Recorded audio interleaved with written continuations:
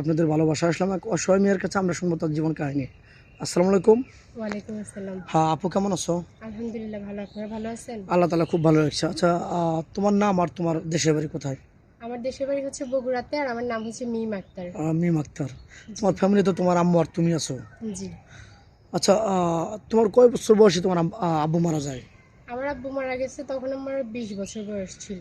ও 3 বছর আগে, তার মানে জি। তোমার বয়স এখন 23 23 চলে। বছর। জি। 3 বছর আগে মারা যায়। এই 3 বছরের মধ্যে হাল ধরছে এই সংসারে তোমার আম্মু। জি, আমার আম্মু চালাচ্ছে সংসার। ও আর আর, তোমার ভাইয়া কতদিন ধরে চলে গেছে তোমার বাড়ি আমার থেকে? ভাইয়া চলে গেছে, আমার আব্বু থাকতে চলে গেছে। মানে আমার আব্বু অসুস্থ ছিল, আমার আব্বু বেঁচে থাকতে আম্মু একটু একটু কাজকর্ম করতে, এখন আব্বু চলে গেছে, এখন একবারে পুরাটাই আমার মাই চালায়। ভাইয়া তো চলে গেছে আমার আব্বু থাকতেই। আচ্ছা, তোমার আম্মু এখন কি করতেছে? মানে আমার আম্মু ঘরে টেইলারি কাজ করে। তো, তার নিজের ঘরে টেলার্সের কাজ করতেছে, এটাতে কোনো রকম মা মেয়ে দুজন চলতেছো? জি। সংসারে কোনো অনটন বা অভাব এরকম হয় না? কি বলেন, অনটন অভাব হয় না ভাই? লজ্জার কথা কি বলবো, আমাদের তো এখন খাওয়া পড়াতেই সমস্যা। টেলারি কাজ করে বর্তমান বাজারে গিয়ে দুইটা মানুষ আমরা চলতে পারি বলেন? চলা খুব টাফ হয়ে যায়। অনেক কষ্ট হয়ে যায়। ও আচ্ছা আচ্ছা, তাহলে তো তুমি চাচ্ছ যে তোমার আম্মুর বোঝাটা হালকা করার জন্য বিয়ের সাথে হইলে পারে। আমি চাই যে এমন একটা মানুষ আমার দায়িত্ব নেই, যে একটু আমাকেও দেখবে, আমার মাকেও দেখবে। আমাকে দেখলে তো আমার মার একটু সহযোগিতা হয়। আর এখনকার মেয়েদেরকে বিয়ে দিতে গেলে দেখা যায় অনেক টাকা পয়সা লাগে। আমি চাই অবশ্যই। একজন ভালো মানুষ আমার দায়িত্ব নেই, যে আমার কাছে যৌতুক দাবি করবে না, টাকা পয়সা দাবি করবে না, আমার আর্থিক অবস্থা দেখে আমাকে বিয়ে করবে।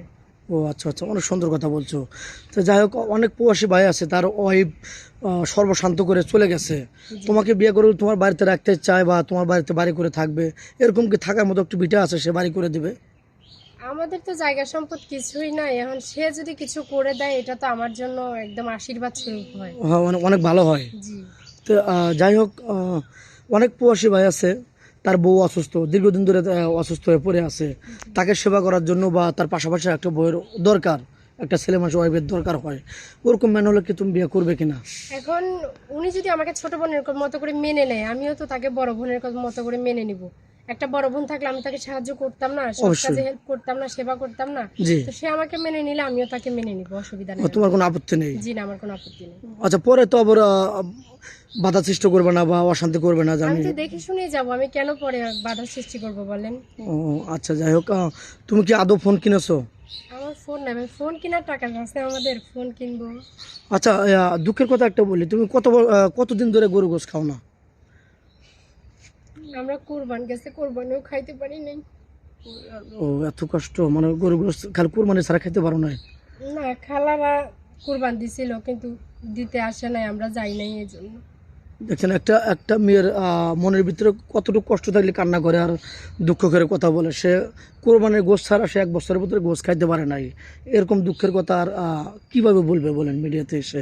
তো যাক, মেয়েটা খুবই অসহায়, খুবই দুঃখের সাথে কথাগুলো বলতেছে। মেয়েটার কোনো ফোন নেই, আমাদের নাম্বার দেওয়া থাকবে, ইউটিউব চ্যানেল কর্তৃপক্ষের নাম্বার দেওয়া থাকবে, কেউ ভিডিও কল দেবেন না, অডিও কল দেবেন, ইমো হোয়াটসঅ্যাপ থাকবে।